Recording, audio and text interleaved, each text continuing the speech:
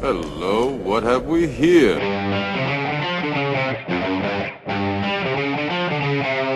You're wrong. Damn! What the hell was that? Game over, man. Game over. You're wrong. You finished? Well, I didn't think you had it in you. I'm your huckleberry.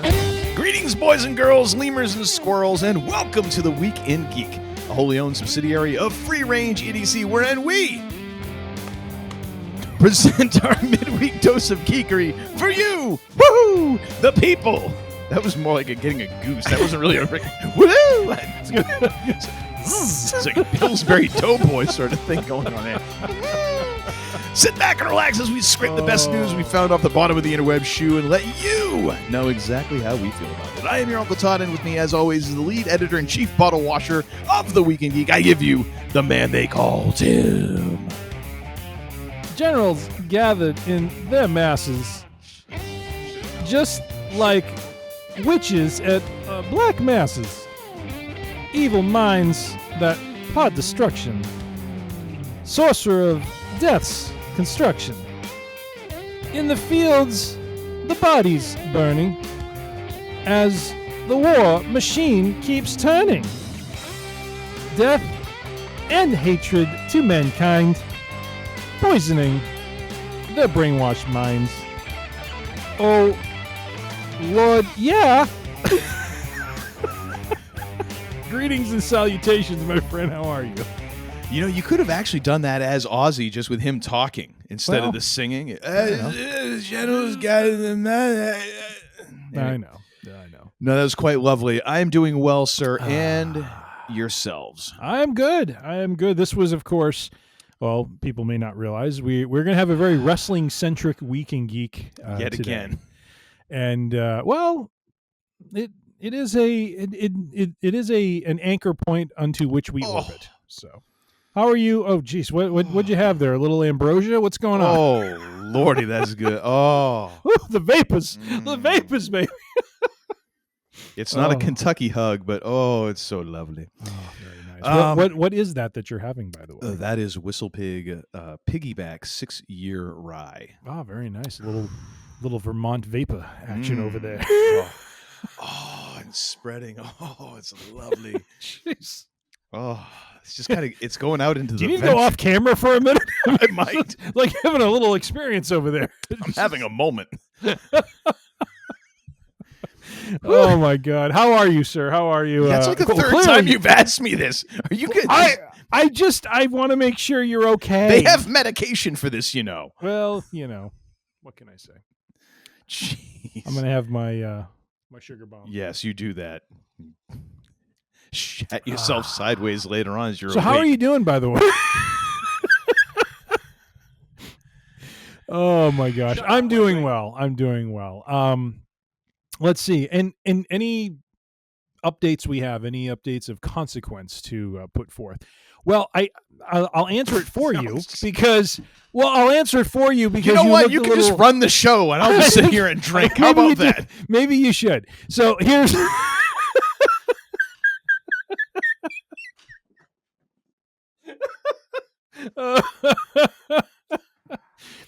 all right.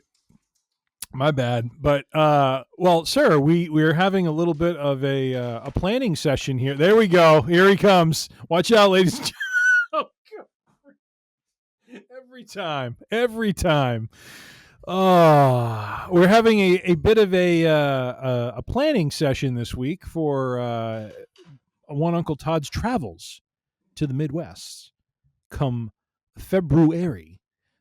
We are planning. The idiots are going to once again have a convention of sorts, and as part of said convention, we will be congregating. We hope at the United Center on that Saturday for WWE Elimination Chamber, which was announced this past week. Apparently, it's the first time. I did not realize this. This is the first time in apparently 30 years. That seems weird, wrong. I don't know.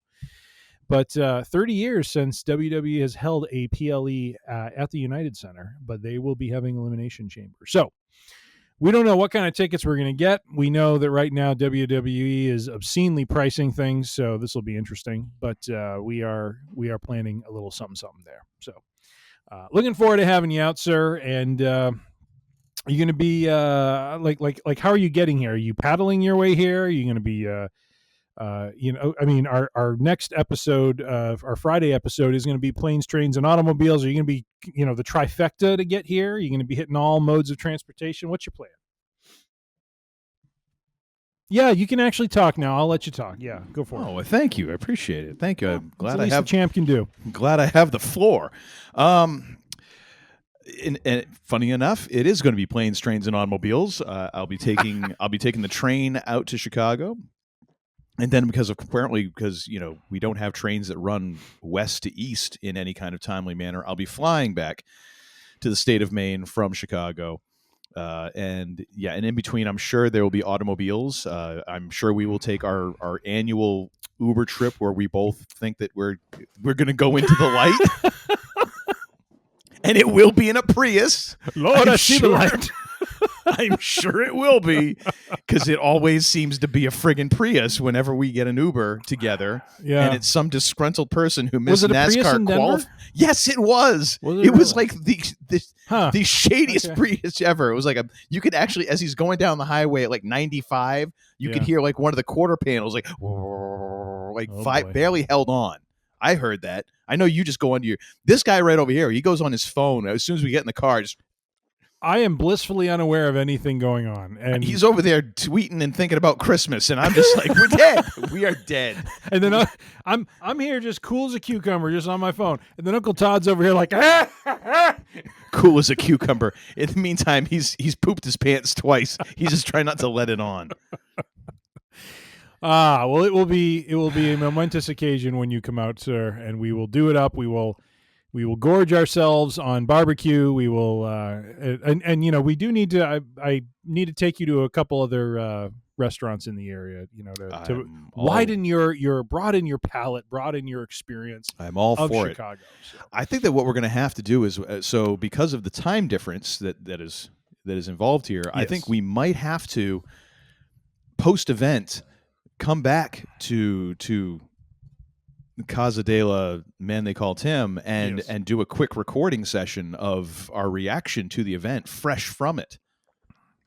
We can do that. We will I'll make room here in the studio for you to set up, and we will you know what? You will be in the presence of the gold too, so we can actually record. Gosh. And you can have a belt over your shoulder. I'm telling you, if you insist on bringing one of those belts to the event, like I told you, I'm not insisting on bringing it. I sunk some I am good getting money a referee shirt. Staying home, and I will drum it up, and you will defend that belt if you decide to bring it. I will be there to count the 1, 2, 3. I'm ready. Okay, Dom. I'm ready. You got to get those a little further forward. Oh, okay. Because when he flexes, he kind of has them up here. Hey, at least I'm not doing the Young Bucks. Oh God. Can they even be called the Young Bucks anymore? Aren't they in their 40s? They are. I'm surprised they aren't called the Middle-Aged Bucks or the Old Bucks. But yes. They do have younger-looking faces, though. So I think somehow they've been able to retain their youth that way. But maybe they live out by the Western Loop. I don't know. All right. Well, I am looking forward, sir, to your voyage out here. And by the way, kudos to you, sir, for actually thinking ahead and trying to plan this a couple months in advance, unlike my sorry rear end, which probably would have realized in mid to late December, oh crap, I need to figure this out. You're welcome. Hopefully you get yourself some good deals. We're working on the hotel situation. You're coming out a couple days ahead of our actual meeting, but spend a couple days in downtown proper. Yes. So we will get it figured out. Otherwise, nothing too crazy going on. We are officially out of scooter season for myself. Thank God. But scooter season did come to an end. I don't know if I don't recall if I shared this on the show. I ended up with a flat. I took it to the office in the morning. Good. And there was a part of my trip where there was unfortunately some shattered glass, and I thought I had avoided it. Got to the office, locked it up, everything was fine. Get down to the bike room, leaving in the evening, and I go to step on it. I can feel the front just go whoop. And so I go check the tire. It is flat as flat can be. And so I actually still sitting here. I need to pop the front tire off and see what the heck is going on. So no scootering for me, but overall, and by the way, here in Chicago, we had snow on Monday of this past week, and we just had 70-degree weather yesterday. So that is the state of things out here in the Midwest. The weather is just cuckoo right now. So. Well, I'm sure that by the time I get out there in late February, it'll have settled into just like, why does my face hurt? And I'm pretty sure something just fell off. Probably, yes. Yeah. Yes. All right. Well, from our updates in our life to one more. I just happened to look this up as we were talking, and I figured I would do this even though I kind of had it crossed out on the outline. Greetings from wherever you are, kind of saluting some of the listeners from around the world that we have. As most folks would guess, we're very kind of U.S. centric in the sort of things that we talk about. However, we do have listeners worldwide. I'm doing a top 10 here because this is kind of remarkable in looking down this list. So after the United States, we're just kind of taking that as given. Greetings to all our listeners from Brazil. After that, thanks to all the folks. Cheerio to the folks in the United Kingdom, and then Australia comes after that. This is where it starts to get interesting. Argentina, India. Don't cry for us. Bangladesh. Oh, wow. Oh, Canada. Then Iraq, Pakistan, United Arab Emirates, and Bolivia. We are, man. We're glad you're listening. Thank you. We appreciate it. We are very very appreciative of it, because when us two chuckleheads put this show together, and I should say this came from the brain of Uncle Todd, and I kind of went along for the ride. Don't you put all this on me. We're in court in Bangladesh for something. Don't you put this evil on me. To know that our dulcet tones are hitting the ears of those out there in and around the world is humbling, to say the least. So we thank you. We thank you. And now, from a place of humility to a place of pure arrogance, let's get into Tales from the Fantasy Gridiron Week 11. I wish we didn't. As the man they call Tim's journey from the cellar of our league up into the lower quadrant of the playoffs, where he will once again wreak havoc from the lower levels. And once again, right now you're predicted to lose. Real world champ. Yeah, they may predict me to lose. That running back may run into an accident tomorrow. Who knows? May not make the game. We'll see what happens. Get a big old 0. I mean, it happened to the wide receiver. But yeah, that is kind of weird. Who the hell is that guy? Q Johnston. Q Johnston. He is Quentin Johnson of the Los Angeles Chargers. It's interesting. And it's I love the note from today. Quentin Johnson airballs as Bolt's faceplant. That's pretty much it. Right on. Yep. I have no idea how many targets he had, but he had a big old 0. So I am playing. Let's see what. Oh wow, you're all done. Yeah, all my players have played. So I am playing the 5th place team in our league, and they have had a pretty mediocre outing. Only bolstered, of course, by one Travis Kelce. I have to bear that burden, apparently. But otherwise, my team is pretty solid across the board. Joe Flacco with a very pedestrian outing at 34 points. Stephon Diggs of the Patriots doing much better, 19 points for a wide receiver. Celebrating a new kid, so That's right. Devontae Adams, who came back from an oblique injury, apparently. I don't know if he was benched for part of the game, but he had 1 reception for 1 yard for 1 receiving touchdown. So I got myself 7 points off of that. T. Higgins, 15 points. So since Joe Flacco has come back, T. Higgins has been all up in everyone's business, putting up some points, and I appreciate that. We get to Jaylen Warren. He ended up getting hurt, I think, in the 3rd quarter of this game against Cincinnati, so he only put up 18 fantasy points from a rushing perspective. Derrick Henry was starting to show some signs of the old man a little bit, but then he is an old man, so only about 37. Here's the thing that I'm about to find out if I just made the stupidest move or not. I originally had in my flex slot my tight end, Dallas Goedert. who has been money for me over the last few weeks. Although last week not as much of a points production as in prior weeks. And at the last minute, I shifted in Khalil Shakir instead of him because I read in the notes that he is he would be the primary wide receiver for the Buffalo Bills. So in my head, I'm thinking, oh, he's going to score a lot, or not score a lot. Sorry, he's going to get a lot of passes his way, right? How many did he have? He had 1 reception. And how much yardage did he get at least? But -3. Oof. Son of a bitch. So, once again, I should have gone with my gut and had Godert stay in. And actually, this week was a pretty pedestrian week for Cameron, my kicker, the Dicker. There's no way that doesn't sound dirty. However, you put that in order. I'm just gonna say. I just love seeing there is no order in which those words go. The go. bewilderment on your face is phenomenal. In which you don't sound like you should be wearing a dirty trench coat. So my kicker, Cameron Dicker, 8 points. Even then. And he has been solid all season long. I mean, I'm looking at, well, he has had a couple of Dicker has really been solid. Single. That's it. Well, there you have it. He's rock solid, ladies and gentlemen. You know, Dicker's footing is firm, so I just and upright.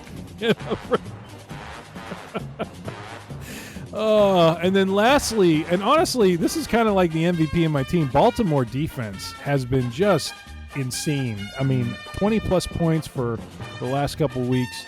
Last all those 3 listeners weeks. in Iraq and Bangladesh are just like, yeah, you're done. We're done.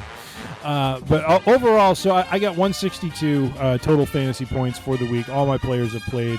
My opponent has his running back left, who is projected to score 33 fantasy points, which would put him a few points ahead of me at 169 to 162. However, I have faith that this running back is from Dallas, will falter. I'm hoping that he has a rough night in Vegas the night before and is having to, This dude has got such an interesting bench right now, if you look at this. He's carrying 3 quarterbacks on his bench. He's got 2 running backs that are on IR. He's plus probably doing Mike it just Evans to screw with everyone else. in his IR spot. Yeah. Well, no, none of his quarterbacks are any good. Yeah, that's true. Or that good. Yeah. And then he's got a guy, he's got a second kicker. It's just a very odd way of running your bench, I guess. Anyways. So if I were to win, which I'm not projected to right now, Very big, yeah. but if I were to win, I would be at 5-6, and I would, according to the current points where the way they're laid out right now, I would vault up into 6th place, which is the last place in our playoffs. Which you won't. Which means that I will, or I will at some point be in the playoffs. I will once again defend my championship that is behind me. I will not get it and put it over my shoulder so as to annoy Uncle Todd.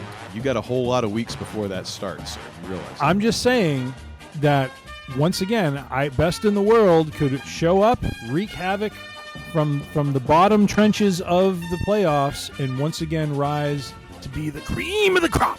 I mean, if you want to play the latrine strategy, you're hiding out in the poo all year, and then you just reach up and grab someone at the last second. Why'd you got to put it like that?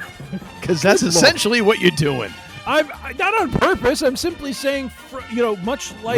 Let's be more realistic. At the end of this week, you will be 4-7, just like I am. Much like Charles Montgomery Punk, who has suffered many losses to Seth Rollins this year. He rose to the top and is now the world champion. It's all I'm saying. That's all I'm saying. So, okay. But we have talked much about me. How about your team? How is your team doing, and what are you looking to do this week, my friend? Startlingly, I'm ahead and projected to win. So, who knows how this whole thing turns out? I've got Saquon Barkley left to go. I'm standing at 164 to my opponent's 142. He has actually, we all have players in tonight's game, Sunday night's game. So we will determine who's winning this. So I got Saquon Barkley going for the Eagles. He has A.J. Brown going for the Eagles, and then D. Montgomery going for Detroit. So it kind of really hinges on those two players and just how, what sort of damage Saquon does. How about Michael Wilson, dude, putting up 33 from the wide receiver position for you? Yeah, that... Actually, him and Debo, the Twin Towers here. Holy crap! Yeah, I didn't even notice that. Wilson was a pickup for me this past week. Like that was just a dude who I'm like, okay, dude, he down. had 15 receptions today for 185 receiving yards. That's incredible. Yeah, no, which is, but Holy no crap. touchdowns, which is the kind of funny part of that. But hey, I'll take it. Yeah. But yeah, overall, Derek May still playing great. Damn it, Debo Samuel played really well. Yeah, the rest of the team, yeah. Hey. On the bench, Lamar Jackson. Glad I didn't have him started. He'll 24 points. Ooh, stinker. Yeah, so feeling much better about Dodged a bullet there, sir. having Drake May on the roster, keeping him on the roster, and putting him into the starting spot. I'm just shocked you didn't have Marvin Harrison Jr. start. You know what I mean? Like he had a lot of promise there. The guy who's out. Hey, you know what? I had good money that he would play with appendicitis. So I'm just saying. Anyways, Yes, moving right along now. So hey, So we'll both be 4-7 at the end of this week. no, I'll be 5-6. No, you I'm keeping the faith, baby. You will Keeping the not. faith. I'm telling you. Don't make me pull the belt out and put it over the shoulder to remind you who I am. Go ahead, but, oh my gosh, that flouncing that belt around like you're a paper champion. Won't defend it. All right, that's it. Go right ahead. Whatever makes you feel better. It does. It feels good. Hey, when you're here in February, I'll let you wear it. You can put it over your shoulder. You can feel how good it feels. I'll tell you what. You let me give you a rock bottom, put you in the camel clutch, make you humble. Yes. Get you to tap out, make you humble. In the camel clutch to make me humble. I love that. Oh my god. Jabroni! God. Yeah, this right here, by the way, is the purchase of 2025 because this sucker is no longer on shopwwe.com, and I would have kicked myself for not getting it. Well, I'm so happy for you. I am. What I really think is hilarious Yes. is the fact that you've spent nearly $1,000 Thank you. on wrestling championship belts, Yes. and yet Rush was coming to town, and you're in the cheap seats. Yeah, basically. Okay. It's what I wanted to. First of all, when I got these, I had no idea Rush was coming back. So I mean, what am I? I'm not saying that. I'm supposed to know the future. Is that no, what but you're I'm telling me? you. I mean, unlike me, you actually have like a real job with benefits and stuff. Come on now. You can afford the good tickets. Look, You're not rolling pennies for Okay. gas like I am. pull the curtain back a little bit. Here's the thing. Oh. And I know there's. Please don't pull the curtain back. Are you people clothed will behind say the there are curtain? probably 1,000 other things I could have done. I honestly wasn't sure what I wanted to do for my 50th. No, You know and what I mean? I don't fault you for I getting didn't know them. what I wanted for a gift. I mean, Mhm. again, not to brag, ladies and gentlemen, but I feel like I'm fairly blessed in my life. I have my family. Mm-hmm. I have a variety of goofy toys, like as it is. Well, but you don't spend a lot of money on stuff. You don't. I don't. I don't really do a lot. You're like me, like in that way. Like we buy ourselves like a nice bottle of bourbon, Yes. or like a goofy T-shirt off of like WWE shop every so often. Like, but otherwise, not really. Like neither one of us are like going out and accumulating a lot of stuff. No, but I think and I think you and your wife are in a similar place too. Like we like to go do experiential stuff, So when we spend money, my wife and I, we will typically do it to do trips and to do things where we're building memories and stuff like that. So when we got to my 50th, I'm like, I don't know what the heck to do. It's like, I mean, yes, I could have done stuff where like I could have gone out east and got together with a bunch of friends, or a bunch of friends could have come out to Midwest, or I don't know. It just and honestly, it's like we had a whole bunch of other stuff going on too. Like we had our eldest just graduated. We wanted, and our eldest never had a graduation party in high school because of COVID, so it's kind of wanted to do something special there.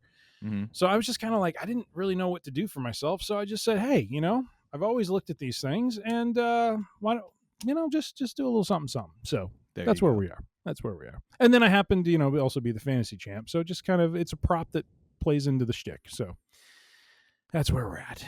So I'm just looking at, like, for whatever reason, I just decided to Google championship belts. Yes. You can get a WWF, like with the old school WWF logo on it. Yeah. From is this Etsy? No, yeah, from Etsy for $120. I would question the quality. Oh, I definitely question the quality. Yeah. For sure. Crazy. But you got the legit one, so kudos to you, sir. So, yeah, and I've been, as much as you've been looking online at Elimination Chamber and, the tickets and all that, I have been going every day to shop WWE.com to see when they're getting the CM Punk side plates, and then to see if I can pair that up with a discounted or like a sale for the U.S. Championship, if possible. Has he ever held the U.S. Championship? He has not. So the other thing I noticed is they did put on sale the Undisputed Championship. So I might do that because that's another one. Does the one... So you have that belt and you have... And then I have the big Winged belt. Eagle or the Eagle belt, as Kevin Owens would call it. Okay. So you don't have side plates for either. Right. Oh. Yeah, I think if I had to choose, though, dude, I mean, as nice as the U.S. Championship is, I'd kind of have to go for like the Nuvo, well, not the Undisputed, the World Championship, the one that Punk has right now. Oh, that one, the one that Punk has. Okay. Yeah, no, I don't like the Undisputed Championship belt. Okay. Don't like it at all. You don't like the belt with the big W? No. Not your thing? It's just very meh. Yeah. Very generic. Although right now that belt is the most popular, according to the shopwwe.com. It's also not on sale at all. It's $600 for that son of a gun. Which is, again, like just more proof that, like, as much as the internet wrestling community seems to like to take pot shots at Cody, dude is over like Rover. Yeah. And still is. Yep.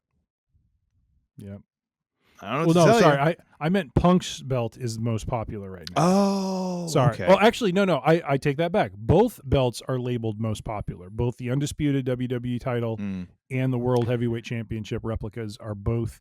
Now, the Undisputed title is marked down from $599.99 to $449.99.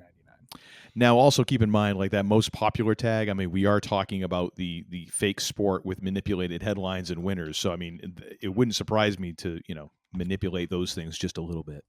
Fair enough. All right, sir. Well, since we're already talking wrestling, let's get to the meat of it. So a couple of things I wanted to just hit on real quick. This past week on Monday Night Raw, we saw what had to have been one of the best uses of this is my term, the Regal. Yes. And a walk-on Regal. We are like 2 weeks out from Survivor Series in San Diego, and we're just getting the card kind of pulled together here. And so Monday night there was a back and forth between the Vision, Punk, CM Punk, Charles Montgomery Punk, Cody Rhodes, and Jey Uso. And there's this segment in the middle of Raw, maybe I think you said 2/3 of the way through, where Punk is having an exchange with Adam Pearce, the GM of Raw, with Cody and Jay there by his side. And he talks about how, he's got his team. Heyman needs to get his team together.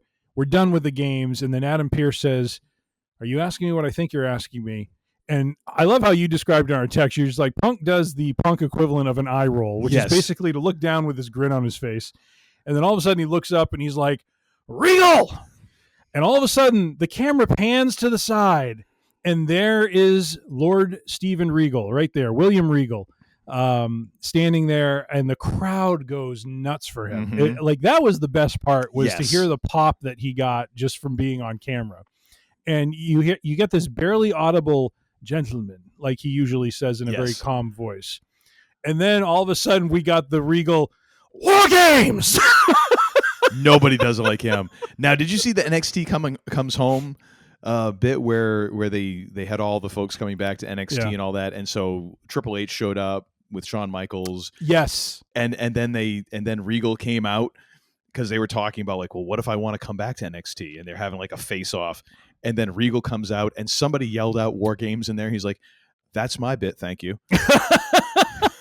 That's right. I did. I saw Like that. just so That was smooth. Like Regal is just one of those dudes who you're like, he's just playing with house money. Like Yes. he's like, okay, Yes. I've got my dream gig now. Yeah. I'm back kind of where I want to be. great.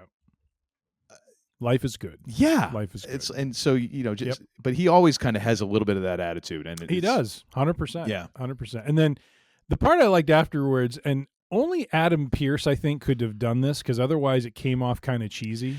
It still came off as kind of cheesy, but it was much less cheesy with him. And he's like, Yes. gentlemen, prepare for war. And he Yeah. walks off with his glasses off and probably needs to go smoke a cigarette because he's, Adam Well- Pearce is walking the fine line between a nervous breakdown and Because next he's like, I don't know what else is going to happen. Something else might happen. Oh my gosh. so that was great. And then the other thing I wanted to hit on, I meant to hit on this last show, was Uncle Todd shared with me from our good friend Uncle Corny a clip from his show where he goes on this rant about there was something that happened a couple of weeks ago where Goldberg said some kind of disparaging things, or I shouldn't say. I think it's been a while since he said them, but they kind of came back, or he Yeah, reiterated them, or something. He was talking about how they brought with Asuka, they had brought up the fact that she had this like however many days undefeated streak, which was longer than his and kind of broke his, and he just made this comment about them having a girl break his record, which was kind of a well, stupid it was thing to say. he didn't even name her. He's like some girl. Yeah. And, Cornette does one of his usual Cornette rants with his co-host Brian Last. And then they get to toward the end of it, they start to do a bit, which is like a commercial for Surfshark VPN. Not that I or Uncle Todd have any idea what that is, nor do we use said not product. at all. But they start going off on this commercial. And, oh, my God, I'm dying laughing because Cornette starts going off on something about donkeys and porn and donkey porn, and Brian Last and then it starts to get slightly into a political space with it, and he starts reeling him in. He's like, we're talking metaphorical donkeys. I'm just sitting here laughing, listening to Brian Last do the tiptoe, my God. like dance around all of this and reining Cornette in. Can you because imagine Cornette having was that job? off. Like, how do you rein in Jim Cornette? How? Like, nobody's managed to do it. Even people who've been able to fire him. He's like, go ahead and fire me. I don't care. Like, Oh my gosh. you can't rein Uncle Corny in, especially not at this point in his career where he's Nope. like, I don't care about getting another gig. I've got my thing. No, Corny's like, what are you going to do? Fire me? And then I'll just, Yeah, he's probably comfortable in retirement. And he's got Sprite money coming out his ears these days. that's right. I thought the thing is about the whole deal, like it was one of those things where I'm like, Bill, don't you understand? Like, even your streak was not really a streak. Right. It's in multiple ways. Like, these are all arranged wins that you had, and you didn't actually win that many matches. Like, the streak was inflated. Yeah. I mean, I guess you say, oh, well, house shows. Okay, whatever. But it was like, it was artificially inflated. Yeah. It was a streak to get you over. Yeah. And like, it's not like Well- that hasn't happened before. Like Corny said, like, it's not like there hasn't been streaks before. Like, it's the same with like Roman Reigns when they talk about like, oh my gosh, and the 1,100 days or whatever that he was champion. Yeah. It's like, well, that's great. But they always have to preface it by saying the modern era. Yeah. Because if you go back to like the Wayback Machine where it's Andre. like San Martino and all those guys. Andre. Well, I'm not talking undefeated. I'm talking like when Roman Reigns had the championship. Like San Martino had the championship for like 8 years. Right. So they always have to preface that. It's like, this is not a new concept for someone to hold a championship for a long time or to have an unbeaten streak or this and that and the other. It's like, Right. these are not new things that just happen with you, Bill. It's not about Right. you. Right. And it's one of those deals where it kind of makes you wonder between that and like what happened with his final match. It makes you wonder just how much he really understood the business Mm-hmm. and actually cared about the business, or if it was like, well, I mean, kind of a Ronda Rousey thing. Like, well, this is a way for me to make money. I don't really care to actually learn the business or care that much about the business. I'm just here to make some cash, and then I can run it down afterwards. But yeah, that's, it's sad. I kind of wonder if part of it is, it strikes a chord or it hits a nerve because that is such a huge part of his gimmick. I mean, his gimmick was being this wrecking machine that people hadn't really ever seen portrayed that way, and he did a great job with it. But yeah, like there's always a point where you just kind of like when he first came back in the 2010s, and he got that fast victory over Lesnar and stuff. Like you just got the sense it's like, okay, he kind of he understands what the situation is. He's coming back. He never thought he was going to come back. It was a chance for him to, show his son this superhero version of himself that, he was at one point, and his son hadn't been born yet. And so there was all this stuff around it that made it feel very personal and like feel good. And I kind of wish that was the point where they had him hang it up, because everything since then, when he beat Bray Wyatt for the championship, which was just setting up for WrestleMania for Lesnar finally getting one over on Goldberg, which to his credit, I mean, I think Goldberg's been on the record on interviews saying like he always wanted to give Lesnar one back, so that's the thing. Like he kind of understands the business that way. Like he but at the same time, he makes comments like this. But I wonder if so having said that, part of me wonders if it's just a general, he's upset about the way maybe he was treated by WWE. Like he wanted something else, for his exit. And so now he's kind of complaining about stuff. I don't know. Like I agree with you. I think it's like in pockets he shows an understanding of the business, and in other pockets he shows an immaturity. And even at this age, that he's at, it still kind of comes out, because honestly, it's like, why would you make a big deal? And I don't know if I would call this making a big deal, but why would you say anything about this whole Asuka situation unless it, one, bothered you, and two, clearly you assign some value to that. So the fact you're even bringing it up kind of reveals where your head's at. So it just feels like something that didn't need to be said. And, it just doesn't, it's not a good look for him. Frankly, the thing is, like, I mean, I get like he's a little bitter about things, but at the same time, I don't 100% understand that, because dude, you made your money. Like, you made your money in WCW. Yep. You didn't need to come to WWE when WCW got bought. You're on one of those contracts. You let the contract go, and you were one of the dudes who just didn't come back. Fine. Made your money.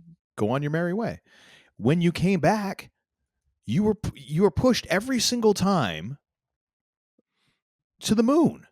Yeah. I mean, every single time he came back, he won the championship. Unless I'm missing something. Right. Dude came back, and sometimes within weeks of him coming back, he had a championship shot. Yeah. And I'm assuming he got paid pretty well. Yep. I'm just going to take a guess. Yep. And he got to work a part-time. He wasn't going out and doing house shows. So he's showing up for TV. He's getting paid a buttload of money, and he gets to be pushed to the moon and still be Goldberg. In spite of the fact that you almost crippled like one of the biggest draws in the history of the business, they kept on bringing you back. Yeah. I mean, a little thing like that. And you're going to be bitter? Yeah. Like, I'm sorry, but I just like, oh, well, I didn't get to yak after my last match like I wanted to. Like, okay. Wow, you made your money. Yeah. You did well for yourself. And if that's the big hang up, well, I'm sorry. You don't always get to go home the way you thought you were gonna. And I know that from personal experience with different things in my life. It sucks, and you can either hold on to that bitterness forever and just let it burn you up, or you can let go and move on with your life. I'm sure the millions of dollars that you cleared off of those things might help you get over it a little bit. At least one would hope. But money can't buy happiness. Yep. So, All right. anyways, Well, that's our wrestling potpourri. I'm sorry. One other thing that we have to mention here. Yes. Big news from last week. John Cena full house now. Like he is Grand Slam, got his IC championship belt. I just want to avoid this being a Raw recap. I was trying to just hit a couple points. I don't want to review it, but I mean, to me, it was like that was actually a really nice moment. I thought. Yes. I thought it was well done. I've seen again the internet wrestling community thought John Cena's dad should have been the one to introduce him, and I'm like, have you seen John Cena's dad talk? Yeah. I don't know. That's a guy I want to put out in the middle of, Boston Garden. Yep. I just don't know. But no, I thought that was nice. I thought that was a nice thing. And I think, they had a decent match. It's not 5 stars. It was nowhere near AJ Styles, John Cena. Yep. But it was a nice moment. It was a nice match. That's great. And I found out that one of Kim's friends, one of the clients for our business, apparently grew up like a couple houses down from John Cena and was there. Wow. That's cool. I was like, all righty then. It's like everyone around us has met John Cena but us. I know, including my daughter. Including your daughter. Whatever. No, that was a cool moment. And, I think one thing that I kind of chuckle at is, and maybe they're doing this on purpose, is when Dominic tries to do the Eddie Guerrero, fake chair use. Oh my gosh, John Cena. Yeah, right. Like every time he brings that out, yeah, it always backfires on him, and yes. and it's like his opponent is wise to what's going on. Mm-hmm. They play along with it, or not play along with it, but they play against it, so that the ref knows that it's Dominic who's up to something. So, anyways, I just found that funny that he goes to do that. Use the chair bit and try to blame it on his opponent, and it just never ever works for him. So, and then apparently John Cena posted on his Instagram someone had taken the obligatory photo afterwards in Gorilla with Triple H, pointing at Cena with the belt. Someone photoshopped John Cena out completely, leaving only the belt, and John Cena posted it. Yeah, I was like, that's great. That's Chef's lovely. kiss. Yes. Chef's kiss. And that in the moment when he's like, nice speech. I was like, oh, me likey this. That's that. That was well done. So to do it in Boston, give Boston. Oh yeah. I mean, I'm really surprised they're doing his last match like somewhere other than Boston, but I understand it's too early to end it now. They wanted to get it in December, but I don't know. Yeah, I just figured you could have. You have a lot of these things are booked out, like, and you have to. They're working around for Boston. Yeah. Well, and DC, you're working around 2 professional sports teams plus all of the other stuff that goes on in those buildings. Right. I'm guessing there's not a whole lot of days that the Garden or the Capitol Center are dark. Yeah. This time of year, especially heading into the holidays, because of course you got Trans-Siberian Orchestra pulling into town here. I'm assuming in December in both of those places, because that's when make money. Oh, hang on a second. I got this one. That's when you gotta make money. So you need to play that when you're doing the flare strut. You know what I mean? It's not long enough. I know. I can't move that quick. Well, but that would have been nice. But I did that. Use like a pole, like a broomstick or something to hit the key. I did think it was a nice touch, like how kind of over the top that he went. The tonight in Boston, I'm invincible. Yeah. And I'm like, well, so this is telegraphed. But it was nice. It was a very nice moment. It was. I thought that was kind of cool. So and apparently, so Sheamus won his qualifying match. Yep. Wouldn't that be awesome if it was Sheamus, Cena, and then Sheamus gets the Grand Slam? Oh, that would be funny. That would be funny. That would be funny. That'd be kind of cool. Like not funny, haha, but it would just be very poetic. I don't think it would be a great match, but it would be fun. Sheamus is trying in his later part of his career here. He is. He's fighting the battle of the bulge like most of us middle-aged guys who enjoy beverages and fine food. Yes. It ain't easy, folks. No. It ain't easy. No. But to lead into your next segment here, I just will say it is nice that in 2025, when Dom pulls out some of the Eddie Guerrero shtick, we get an Eddie chant. Yes. Yep. That just, to me, that is so amazing. That's still a thing. that we get an Eddie chant, or I think it was in someone's promo, they were listing off former champions, and they listed off Eddie Guerrero, and it was one of the biggest pops. Well, that was 2 weeks ago when Ray confronted Dominic. That's right. Because Dominic's calling himself King of the Luchadors, and he names him off, and when he says Eddie's name, the place goes absolutely nuts, which I will hit on in a moment. Thanks for taking my thunder a little bit there, mister. I'm not taking your thunder. I'm trying to do a segue here, sir. Well, thank you. So the segue is that basically 3 days ago, November 13th, 2025, marked the 20th anniversary, sad anniversary of Eddie Guerrero's death. And I forget, were you still an active viewer at that moment? No, Okay. I wasn't. Yeah. So this was a shock, though. And, unfortunately, I don't remember when this falls in terms of the timeline with Chris Benoit's death, but there was just, it was during an age or a period where this was starting not to become the norm, but it was just happening a little too frequently. Chris Benoit was 2007 June. Actually, yeah, it would come after, because I think this was one of the things that kind of led to some of Benoit's depression that he was dealing with, along with the CTE that he was also dealing with. But nonetheless, this one came out of nowhere. Eddie was basically, so he was 38 years old at the time. This is in 2005. He had basically, was experiencing kind of a not a rebirth, but a resurgence in his career. Big time babyface with the fans. He was actually scheduled on the Raw that they ended up, memorializing him. He was actually scheduled to win the World Heavyweight Championship in a triple threat with Batista and Randy Orton. Didn't he beat Lesnar for the championship at one point? That was a year or two. That was the year prior, in 2004, because it was WrestleMania 20, I think. Okay. Was it 20? Yeah, 20 would be 1984, so that'd be 2004. Because that was when he and Benoit, at the end of that show, were both champions. So Benoit had won the World Heavyweight Championship, and he had won the Undisputed Championship. And so, Eddie had his struggles. It was known that, and he, was very open about his drug use, and he had, become clean. And really, from the time he came back to WWE, I think it was in 2003, he just, and just showed, just tremendous versatility with his character, with the work he did with Chavo, with the work he did, on his own. He, of course, had that amazing feud with Rey Mysterio, where that culminated in a ladder match for paternity of Dominic, which they still miss such an opportunity to have the Rhea Liv Morgan custody of Dom Mysterio again. If they had done it again, if they'd done like custody of Dominic Mysterio 2, that just been like, okay, yeah, why not?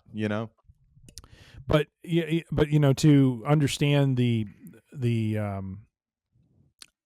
magnitude of his death, which ended up being because of heart failure. So apparently he suffered a heart attack in his hotel room, and he was found unresponsive by Chavo Guerrero. But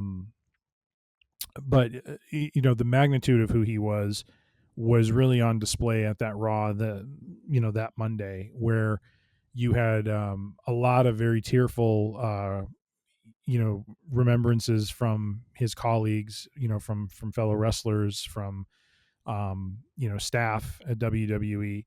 The one that I'll never forget is, seeing Dave Batista. Like that one, I think Batista was very close with Eddie, and he was just an absolute, mess, understandably, just bawling like crazy because, and this may have been on the SmackDown that week or not, because I remember he drove out in one of the cars that Eddie, was known to drive out in, that had like the lowrider, the lowrider, and he left the World Heavyweight Championship on like the hood of the car, just to as a an honor of his fallen friend. But no, I mean, between Batista and of course Rey Mysterio has a huge a huge history with Eddie, which I have the link in our show notes. So if you can post that in our links when you post the episode. He wrote, so Rey Mysterio wrote a letter. Let me just get to the title of it. Yeah. So it's just 20 years later, and I'm not going to read the whole letter, but I wanted to read 2 excerpts from it. And one we just kind of touched on, but it's Ray, just kind of writing about, missing him and how things have changed over the years, and, what's, 20 years and all of that. And he gets into, let me find the, the part I want to read is a segment where he writes about Dominic. And so he says, when I say, so this is Rey Mysterio, when I say you would approve of who Dom has become, Eddie, it's an understatement. You would love it. Because the wrestler he is now, it feels like a love letter to so many of the things that made you so special. He has the presentation down perfect. The sleazy, no offense, stash. The terrible, no offense, mullet. The ugly, no offense, jewelry and clothes. I love how all of those, Ray has to put no offense in parentheses around each of those. Especially when you like, Ray, the contacts you wear when you have your mask on are terrible. Yes. You need to stop. And then he goes on. He's got this bleep eaten grin. He's got that innate ability to play off different people. And in parentheses, Ray puts, like you did with me, Batista, China, and so many others. And I'll tell you the number one trait of Dom's that's a love letter to you, Eddie. And I bet you can already guess what I'm about to say here too. And in all caps, Ray writes, the worse he behaves, with question marks after it, the more they cheer. As you know, it's harder to pull this off than it looks. Mm-hmm. To be a bastard, no offense, who the fans want to embrace, flaws and all, because even at your worst, they can see something human at the center. Mm-hmm. But that's what Dom has been able to achieve. Mm.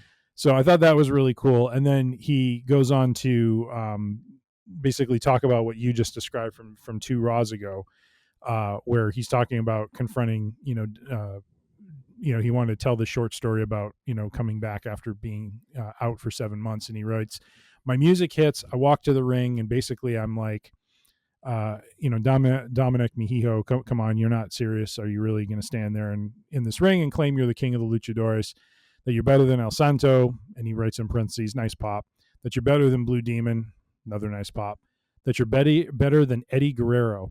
And so then Ray writes, all right, Wawito, I don't want your ego to get too big, but you're going to have to trust me on this. When I mention your name in that promo, nice pop doesn't even come close to describing it. Brother, that's the loudest pop I heard all night. It was like an explosion, like I invoke the name of God himself. Which, Ray's got that unique perspective of being in the ring and actually hearing it live. Like we heard the pop as TV viewers. Yeah. But I got to wonder what it's like to be in the ring when you hear that. Mm-hmm. And so very, very apt description. And then he goes on, he says, and it didn't stop there. Pretty soon the entire building was in a full-on chant, Eddie, Eddie, Eddie, Eddie. And of course, Dom had the perfect line, you keep my father's name out of your mouth. That was fracking brilliant. I don't know why he hasn't started announcing himself as Dominic Guerrero. Oh my! The only way I can think maybe of that's the next step. That's the next level for all. I can only imagine like there's maybe it's him being like, no, I can't do that. It's too disrespectful or something. But even like his dad would be like, are you kidding? Eddie would love that. Yes. So, what does he write? Man, I've been in a lot of rings on a lot of nights. It takes a lot to take my breath away, but that moment, it took my breath away. I mean, Eddie, I swear to you, it was like you were there. Yeah. And not in the way we sometimes say about the dead. Their presence remains with us and so on. What I'm talking about is something much more powerful. And Ray writes, I'm talking that entire building, it felt alive with you. It felt alive with this love for you. So, yeah. Anyways, I could keep reading, but great. I mean, if you have some cycles to sit and kind of read through this, it was very heartfelt from Rey Mysterio to Eddie Guerrero. Eddie played a huge part in his career, and they, of course, had some amazing matches and and told some amazing stories together. And this is a very, very well thought out, very very touching and like I said, heartwarming piece. Just remembering Eddie Guerrero and all that he's done, and yeah, like these moments that I just read, Dominic is in a lot of ways a walking, love letter to Eddie, and doing it in his own way, not completely, not doing like what AJ Styles did when Styles faced Mysterio, which is kind of coming out and doing Eddie's shtick, to honor him. Like Dom's doing it in his own way, and it's still doing some of the things Eddie did, but just in a very in Dom's own way and in a different way. And so you hadn't watched it at the time when, like I said, the main thing from my experience with it was just the shock of it, that to see, to hear of someone who seems like they're in, kind of the prime of life and seeing this resurgence in their career to all of a sudden die with no warning was just very shocking. And it was very human and very well done. Again, it's a show. And so, how much of it is real, how much of it is for show, who knows? But you really got a sense of genuine sorrow and sadness from his colleagues about the shock of all of it.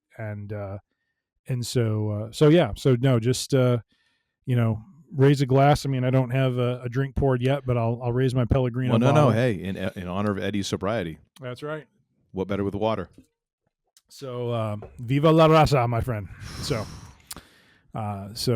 once again, you and I we getting old, Riggs, 20 years. Well, man, it's one of those deals, like, I think back to like when I was like 18, 19, like 38, I'm like, oh my gosh, they're old. Yeah. And now, you're 50. I'm hurtling with greater and greater speed towards 50 in the next, under 3 months now. My first instinct, because I didn't know how old Eddie was when he passed, and I hear 38, I'm like, that is way too fracking soon. Yeah, that is way too young of a person to be shuffling off this mortal coil.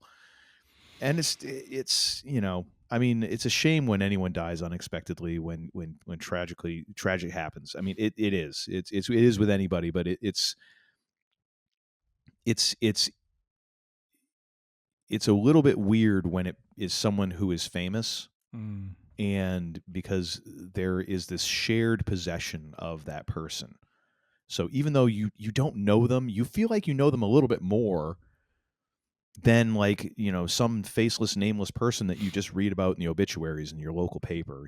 Like it's still a tragedy that person died, but you don't know them in the same way that you know somebody that you see on TV. It's like it's like your TV friend, your TV family, or whatever the phrase used to be that you talk.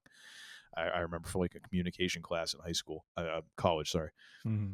But yeah, it's amazing to me, and a testament to just how good of a performer Eddie was. Yeah.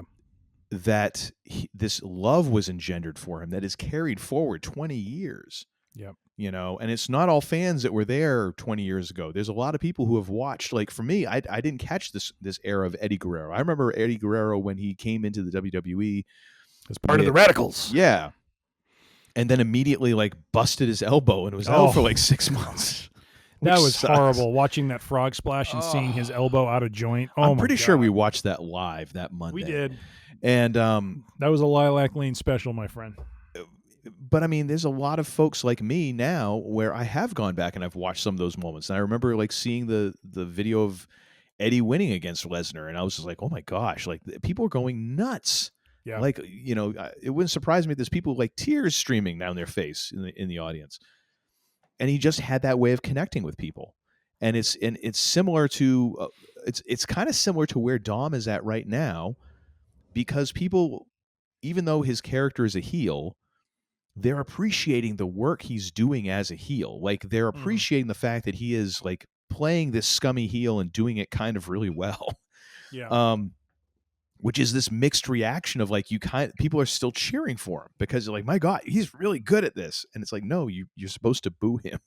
Right. But it's this new meta level of kayfabe that we're all in. Yeah, it's just remarkable, man. And I mean, I think it's remarkable for any of us. It'd be great if anything that we do could be remembered 20 years after we're gone. Yep. you know, and not just by the few people who know us best, but like, man, wouldn't that be awesome that something you did like carries forward that far? Yeah. That's Yeah. kind of that's a great legacy. I just wish that it had come a lot later. Yeah. You know. Yeah, I in our show notes, I kind of titled this Week in Geek episode "Remembering the Reel of Wrestling" because this is not part of the show, and so we kind of transitioned from Eddie Guerrero's passing to another event now 28 years later. This one's been talked into the ground. And actually, I don't know that we've ever done an episode about this, have we? We haven't. We're like the only people who ever even mention wrestling who have not talked about this. All right. So given the fact that, we have which is totally on brand for us to be like 6.5 years into this and we finally get around to it. Why not? So here's my thought. Like, I do want to talk about this briefly, and then we can wrap this up. But I am wondering if this should be a future show that we do, either in two ways. One, we watch the match like we did with the Punk Cena match and kind of do commentary and then maybe talk about the result. Because did you ever see the Montreal Screwjob live? Like I did not know. But you've seen it, right? Oh, I mean, you couldn't avoid it, dude. Okay. Yeah. Okay. Yeah. So, because like this much I will share, from my personal experience of it. So at the time I was living at home with my parents. I was in the basement of our house, and I kind of turned our basement into, my dad had already kind of turned our basement a little bit into kind of a entertainment area. He had like a pool table, and we had like TV. That's where my video games were and stuff. And when I was in college, they took part of the basement and turned it into a living area, so I could almost have like an apartment down there in a way. And so I would have my friend, my buddies who were. So it's great that one of your kids then followed suit and lived in your basement. Basically, it's the circle of life. It's the legacy that I hand over to them. And one day, their kid will someday live in a basement, and they'll like it. And so I had my friends. Nice Dana Carvey reference. I appreciate that. Thank Mr. you. Parker, Mr. Avery, and Mr. Davis. We would always get together to watch the pay-per-views, and because that's what they were called. They weren't plays, they were puz. And y'all kick in like $5 each? No, what we did was I paid for the event. Or did you have the illegal cable box? They all brought the food, and Mr. Davis always brought the drink. Good way to do it. So we split it up that way. Food and drink were brought by the guests, and I took care of the event. And so the funny part was we're watching the event. And, again, for listeners who aren't aware of what the Montreal Screwjob was, this was a match between Bret the Hitman Hart, who was the world heavyweight champion at the time, and Shawn Michaels. It was in Canada. I don't forget if it was in. I don't recall if it was in Toronto or in Montreal. Sorry, it was in Montreal. Sorry, so in Montreal. Even I got that one. I'm all just right, saying. Just stop over there. All right, it's in the name. It happens to the best of us. Okay. Well, yes, it does. By the way, how you doing tonight? You were the one asking me about where's the West Loop, and I had to basically, because it's freaking Chicago. It's a loop. Go to the west side. Goes both ways. That's all I'm saying. It goes both ways. Oh, geez. Oh, look at that. Salud. All right. So, in this match, which is taking place in Montreal, thank you very much. The background behind it is Bret Hart is about to leave to go to WC. Oh, would you put the book down and stop with the shtick? Look at you. Yeah. Okay. Yeah. Turn the page. There we go. All right. Anyways, Bret Hart is about to leave to go to at the time WWE's competition WCW, which is beating them voraciously in the ratings, and there was also a precedent that had been set where one of the former champions from WWE, Alundra Blaze was her name, also known as Medusa, was the world champion for women in WWE, and then she went to WCW, brought the belt over, and summarily dropped it into a trash can. So Vince McMahon did not want his champion to do said thing to the belt, although Brett probably would have never done that. So in this match, there's a spot where Brett gets put into his own submission hold by Shawn Michaels, and the referee calls for the bell right away. Also, interestingly enough, Vince McMahon is at ringside when this bell is rung. And so that is the event. And so where I was going with all this is my friends and I were watching this. And are you going to stop the shtick at some point? Okay, there you go. You snapped awake. All right, there we go. You're asking me a question? I just want to see if you're still with us or not, participating. I didn't want to interrupt you. Well, you didn't. You had the con, Mr. Chekhov. I thank you very much. So as my friends and I are watching this and we see that the bell rings, we're all sitting there like, what just happened?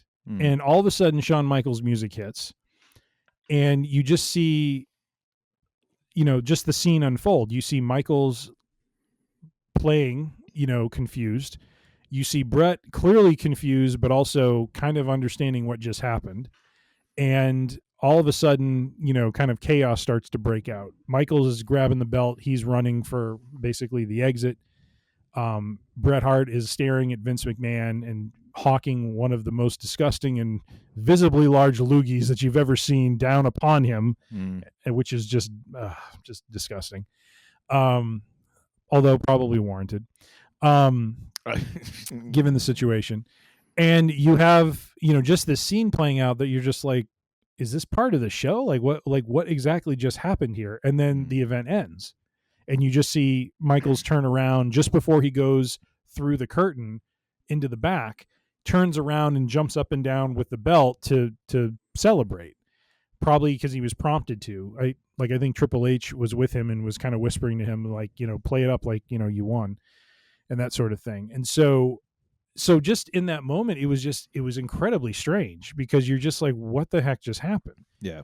Now, at the time, there were some websites that were running daily, kind of rumors, and like cage side seats wasn't a thing. As far as I know, I think at the time I was checking out a place called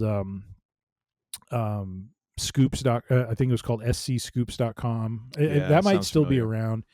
And then there was one other site that was doing like daily rumors or just news. Yeah, it was the internet version of the dirt sheets. Yeah, and so next morning, I go into I'm still in school, go in to the UNH computer lab and fire it up and check out what's going on. Because we didn't have computers at home back then, kids. I did, but I had a really crappy connection, so it was just like better just to go to the computer lab. Here. So yeah. And you start to see like, no, this was like a real thing. Like someone made a call, like Vince must have made the call to get the belt off of Brett. He didn't want his champion going to WCW. He didn't want the embarrassment and all of that. And so all that to say, like, I don't want to go too deep on it because I know, like we want to wrap up and everything, but that was probably one of the most realist events that played out on an event. I mean, it was real. It was legitimate. It was Vince made a decision that Brett did not know about. Everyone else in that match knew what was about to happen, but Brett. Yeah, and Shawn played it off for years that he didn't, and now he's pretty much admitted that he did. Yep. Yeah, and so it was for the time. Like I will say, the mid to late '90s in my watching professional wrestling, the mid to late '90s. Or mid to the end of the 90s going to the 2000s was such an insane period because there were so many different times you saw things happen that don't normally ever happen. You know what I mean? Like that's when things, this is where Heyman and ECW came in, where they were doing some crazy stuff that you're like, holy crap, like I've never seen this level of violence in the ring. Yeah. And then you start to see it on WWE programming, right? And you see things like, what WCW did, where Lex Luger all of a sudden shows up. He's on the broadcast of Raw, and then he shows up on Nitro. What the heck is going on? Well, didn't that happen with Rick Rude too?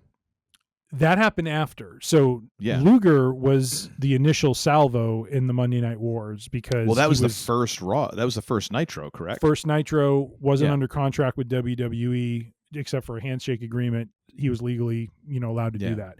Rude was actually after the Montreal Screwjob. Rude was still part of DX. Mm-hmm. He was disgruntled about the way they treated Bret Hart and asked for his release. And they ended up releasing some guys because they just didn't want him around. They were just going to be pains in the rear end and that sort of thing. So Rude was let go, I believe, went over to So that was that time when he was on Raw, but then he was also on WCW at the exact same time. Yeah. Which was a little, again, that was a byproduct of the screw job. The biggest byproduct, arguably the biggest byproduct of it, was the character of Mr. McMahon, because Vince McMahon up to this point had only been an announcer and kind of slightly recognized as an authority figure of some kind, but not really. Yeah. I mean, outside of like the WWF/E, he was the owner, but on air for their television product, he was just the announcer. Yep. Yeah, because I think he was doing interviews and stuff at that time on other shows and for other outlets as the owner of the WWF. Yep. But in terms of like for the purposes of their product, Jack Tunney was the on-air commissioner. Yeah, and then at some point it was Gorilla Monsoon, and then they just kind of did away with it for a while. And so anyways, so I think it's a topic we can delve into deeper, but overall just wanted to kind of recognize the day. It was November 9th, 1997. So last week was the 28th anniversary of that. Wasn't it Survivor Series? It was, unless, let me see. So they had a Survivor Series happen that early in the month. Wow. Hold on. What was? Yeah, because it would have had to be a pay-per-view. Because that was back in the day they didn't have a monthly pay-per-view. I'm asking ChatGPT. It said it took place November 9th, 1997 in Montreal, Quebec, Canada. Mm-hmm. So you are right in that it is surprising that it's so displaced from Thanksgiving, because normally it was closer to the holiday. Apparently in this time they did it. Well, I mean, traditionally it was the night before right. Thanksgiving, right? Or Long was it time Thanksgiving evening? Thanksgiving Eve. Yep. Okay. No, you were right. But we can get more deep into it. But it was one of the, I mean, in a lot of ways, it launched the I don't want to say it launched the Attitude Era, but it launched different aspects of the Attitude Era from that point on. There was a little bit more now that fans who are savvy and online were getting news about kind of the backstage situation. To your point, for a long time, it was thought that Shawn Michaels and Triple H were not involved. It was all Vince. We later find out that it was really all of them. And, Triple H has that iconic line.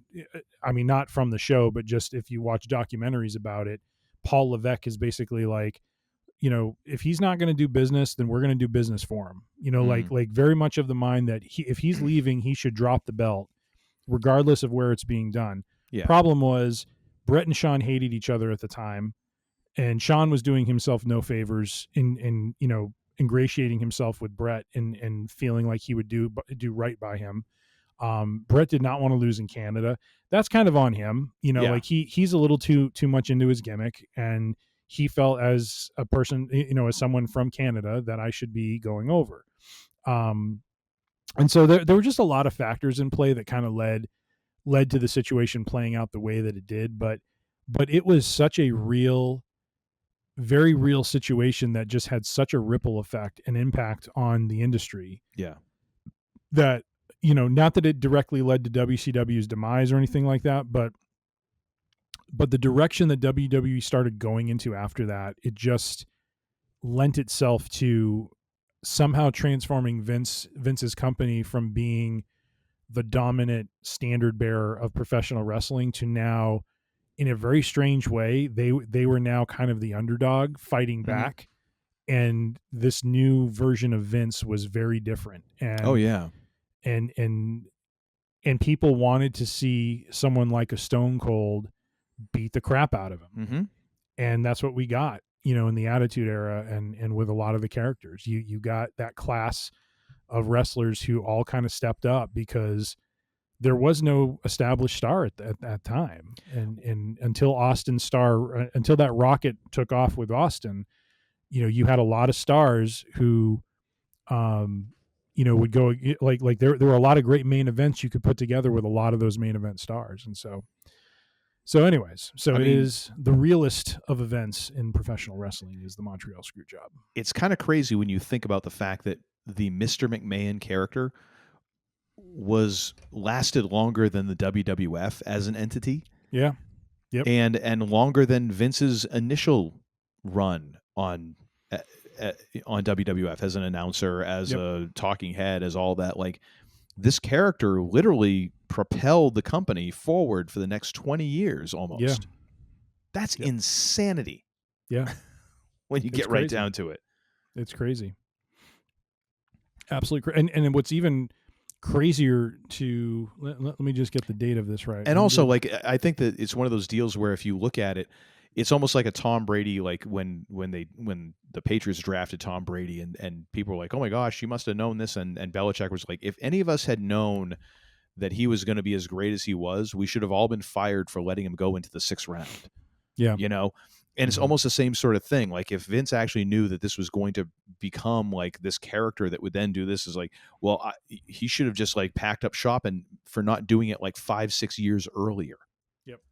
Like if he hadn't really known. So it's one of those things where it's like you just kind of roll with it and then find yourself in the middle of this, like going, oh, this has got legs. Like, what do we do? Keep going with it because it draws money. What's absolutely crazy to me, so I was just looking this up. So 97, so when the Monday Night Wars started, they started September 4th, 1995. Okay.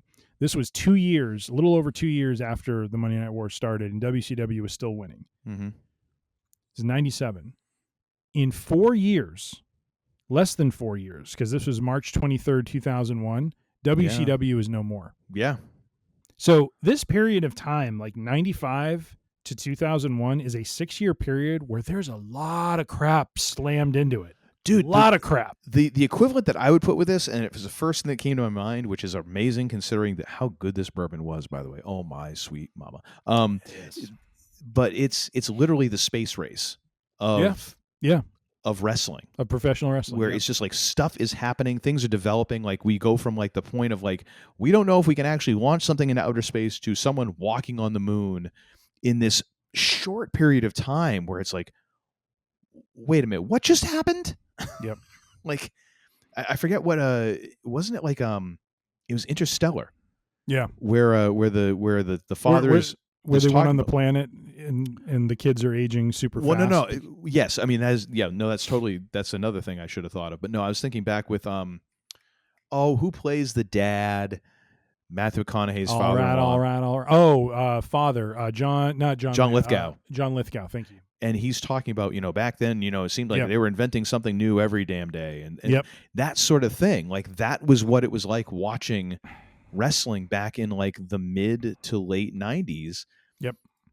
Of like that 6-year period, it was literally like something new was happening every day. There was a new character that you're then like, oh yeah, and that character then went on to become historic, and this new character debuted, and that character then went on to become historic, and like it was just all happening in that rapid period of time. It was it was insane. Yeah. So why don't we mark this as something we'll dive deeper into? I think good call. Watching the match back will be interesting, and I want to check that out. And just kind of talking about like you've never seen the match, but you've seen the clip of the actual I've seen highlights of it. I've seen like the highlight version that they show in documentaries. So like a little bit of this, a little bit of that, and then the finish. Oh, by the way, and this is a perfect way to kind of close this out. Okay. When the screw job happened, I forgot to put this in. When the screw job happened, I went to use the restroom. So when I came back, the match was done. And both my friends Chris and Matt were sitting on the couch leaning forward, just staring at the TV and I'm like, what's going on? They're just like, like don't say anything. Like they're just because there was still the chaos happening, and I'm looking at the ring like, why is everyone around? What's going on? Did someone get hurt? Like what? And then they signed off from the event with Shawn Michaels holding the belt up. And I'm just like, the hell just happened? So this is why as much now of a I fan understand. I literally missed the live version of the Screwjob because I had to go relieve myself. Now So- I understand why you refuse to get up and use the bathroom during our shows, and that you Well, pee into a bucket under your desk I don't. rather than getting up. I'm just is strong like bull. You're scared that something is going to happen. I get it now. It totally makes sense. I never knew that. Oh my gosh. All right. So now that we've gotten through that, let's move on to and another thing. Yes, sir. What is your and another thing for this episode? I don't know. What sir? did I put for my and another thing? Oh, there we go. And I'm kind of we're doing this as a dual and another Yes. thing because we are and fans should not be, listeners should not be surprised by this. We are the eternal marks for one Paul Heyman. We are Paul Heyman guys. We are Paul Heyman guys through and through. And last week, I love this branding too. Steph McMahon, someone different than Stephanie, but Steph. I noticed that. It's kind of weird, but at the same time, I'm like, I get where it. she's kind of like, I get no, everyone calls me Steph. I don't want to be known as Stephanie anymore. I'm a grown ass woman. Yeah. I was CEO for a little while, if you remember. Mm-hmm. You'll call me what I say to call me, and I'm going to wear sweats on my show because I can. That cracked me up. Like, dang, you just showed up to work dressed like, whatever. Well, and who's our co-host? Like, who is it? Is that her sister? So I looked that up. Who is that? It's not a relative. She served as Stephanie's chief of staff throughout, I think, for about 7 years for WWE. Okay, corporate. because I spent an inordinate amount of time watching that going, Who is she? okay, I see a little resemblance. Is this like sort of like the Manning brother that nobody talks about because they didn't get into Right. football or something? Like, is this Nope. is this the McMahon sibling who got locked in the basement because they once said, I don't really like wrestling? So I didn't get too deep into it, but from what I could tell, like when Stephanie left WWE, I think, and I forget what her name is, she also was like let go basically Okay. because she was kind of part of Stephanie's staff. Yeah. And I saw an article about it, and it was something about how like Steph and Nick Khan were kind of like checking on her, wanting to make sure like she found her way to something else. She was talking about how she was just having a hell of a time finding a job as an administrative assistant, or like she's like, how do I go from being a chief of staff to like this where I can't find anything?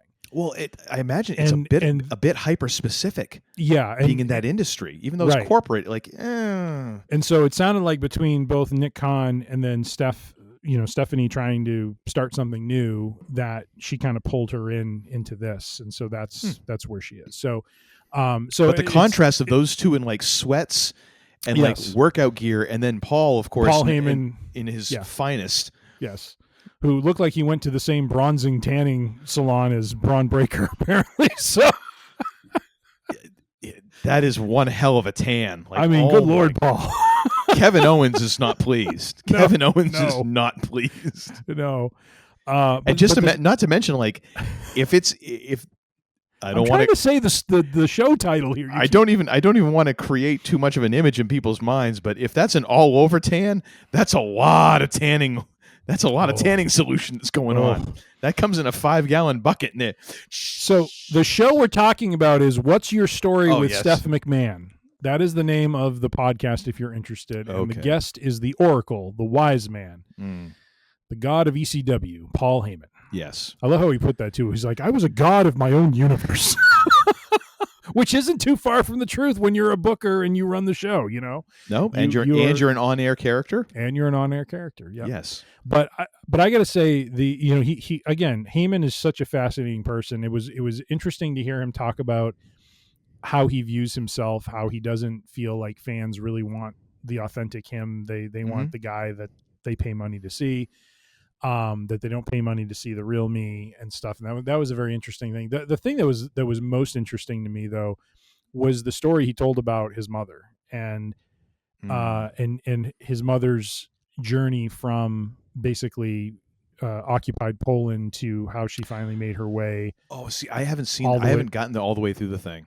Oh, I'm sorry. I didn't mean to No, spoil it's it for you. fine. But all I'll say about it is this: if you've also read, if you've read Geddy Lee's memoir, it's really incredible to, not that the mothers had the exact same journey, but their journey was very similar. And one of the most similar aspects of it is how she emigrated, or she made her way to North America, to Canada first, and then immigrated into the United States from there.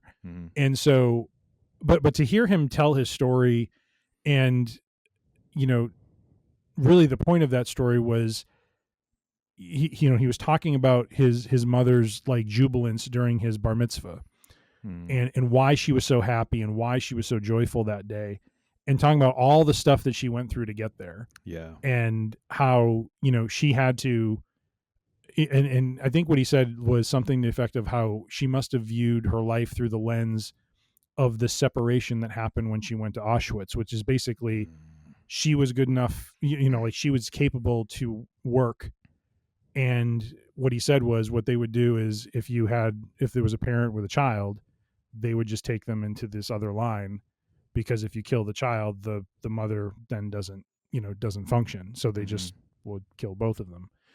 And literally her 7-year-old sister was, you know, she and her mom were gassed basically that day. And so just listening to him tell that story, and why it's relevant, why I bring it up, and, you know, is because it was touching to hear that from him, but also it spoke to the drive that he has, that he has lived his life without fear, because I look at what my mother went through. Yeah. And what, you know, I know that I can go do this because she went through something worse. I know that I can go do this because my mother survived this. You know, like, it was interesting to hear him explain why, you know, right or wrong, he has that perspective on life because of what she went through. So all that to say, it's a fascinating listen. I would highly recommend it. A lot of what Stephanie has done has been really good. And so, yeah, I would just, highly recommend What's Your Story with Steph McMahon. But how about you, sir? It's the same thing. It just so happened that we both had been listening to this, and you jumped way ahead. You apparently had more time than I did this week, because I did not get through all of this. Hey, I was just home this weekend, so I had time to listen to a bunch of. And good on you. I just I really enjoyed the interaction between Steph and Paul, because those two have been through some stuff together, you know, and I think there's a richness to that relationship. Yeah. Especially considering, you know, Heyman's own history with WWE, ECW, all of that stuff. And then imagine, like he said, he was the god of his own universe. He got to do all of that, and it died. Yeah. And have you gotten to the part where they talk about how they both realized Vince was pitting each other against each other? No. Yeah, that's really good, because I always thought they had a very combative relationship. I didn't realize they were as close as they are. Like, it sounds like Stephanie has always respected and wanted to be friends with, you know, has pursued a friendship with Paul because of what he's done. Yeah. But I remember from the early 2000s when he joined WWE, I thought she and him were like this. But then you find out that's what Vince wanted. He wanted Paul to shake things up. He wanted her to basically rein Paul in, and so they both were like, you know, this all the time. But there was a friendship there. So, anyways, yeah. But I just imagine from the standpoint of, you know, like Paul describing, he was the god of his own universe, running ECW, and then in a way kind of went hat in hand to WWE. Not necessarily, like he didn't have to, but there was a method to his madness in doing that and being able to close down ECW in the way that he did. Excuse me. But going through all that and then working for someone else, which is a tough shift, but then not only going to work for someone else, then going to work for that person's daughter, whom you're older than, and even though she's been around this business all that time, like, technically speaking, you have had a higher position than they have, and you're working for them now. Yep. And what that was like, and how that's been navigated, and I'm sure that, as they alluded to, you know, Paul just being Paul, that there's a lot of times when he would, just not be able to hold his tongue, and even in the Paul Heyman documentary, where she talks about like essentially trying at times to like save him from himself. Yeah. Like, Yep. just stop talking, Paul. You're pissing everyone off. And they're like, okay, Yeah. now you have to go home because Yep. I literally have to do this in order to, so that people aren't going to fist fight, Yep. And so I appreciate that. And then the two of them being at this point in their lives and in their careers, because, Heyman kind of has his niche carved out, and Steph is kind of doing her own thing, isn't really part of the power structure. But I did appreciate the love that these two have for each other, especially came through when Heyman was describing Steph walking out at the Hall of Fame, and he's like, that is the first time you've been in public really since this whole thing and all that, and you just walked out there shoulders back, just whatever, just owned it. Yep. And the way that he said it, you could tell like he appreciated that, because it was like that's how he would want him to conduct himself. That's how he wants his children to conduct themselves. And how even during his speech, he talked about his daughter, that if his daughter grew up to be half of the woman that Steph is, that he's raised a fine woman in his house. And I'm like, all of that was just amazing. And then just even talking about the Hall of Fame speech and all that. But what really got me was when they talked about being a heel character and how much they both loved that. And they're like, and Steph's like, I hated being a babyface. You gotta make people like you and all this. And like, as a heel, you just go out there and you can do whatever you want. And Heyman's like, yes. And if you mess up, he's like, I tell this to people all the time. You can't mess up as a heel, because then you're just like, and because of you, I'm going to start all over again. And like, all you're doing is trying to piss people off. Like, it's great. Yeah. And then even Steph talking about like all the chants that she would get, and how she's like, oh my gosh, they're chanting slut at me. That's awesome. Yeah. Yep. And then she mentioned the one that she's like, because there was one, she's like, the one that was the weirdest was a Steph's got side meat. And she's like, that was kind of uncomfortable because I was in an outfit that showed my side meat. And then she mentioned Chicago. So wrong. And where she was like, and she's like, everywhere else they would chant slut, but in Chicago they would chant Steph's a crack whore. She's like, I don't know why. Yeah. And I'm like, it's so wonderful that like this, but you could tell Paul is like, yeah, that's great, isn't it? When they're chanting at you and they're yelling at you and they want to kill you. Like, yep. Oh my gosh. No, it's great. And it's a great conversation between people who have been through stuff. And who have been through a lot of stuff, and that's great. And I kind of relate it back to like the episode she did with John Cena, where in a way, like, it's not so much one person being interviewed. It's like it's a back and forth conversation. Yeah. And there's questions asked in both directions, which is really great and just I think it's a lot more interesting. Get that? Yep. In that context. 100%. All right, well, it's time for us to lasso this up.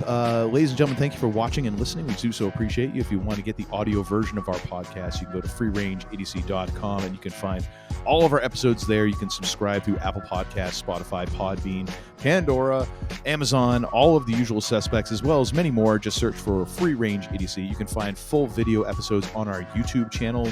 That would be youtube.com/@freerangeedc. You can also get video on Spotify as well.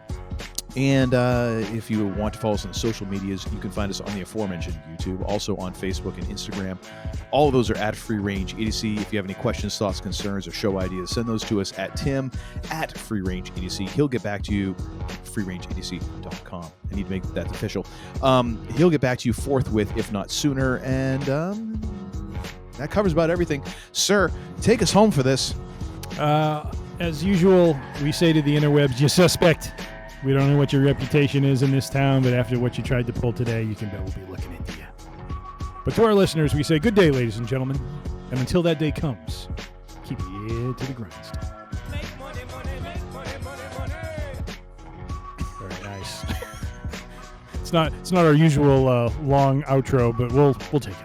Now get the hell out of here!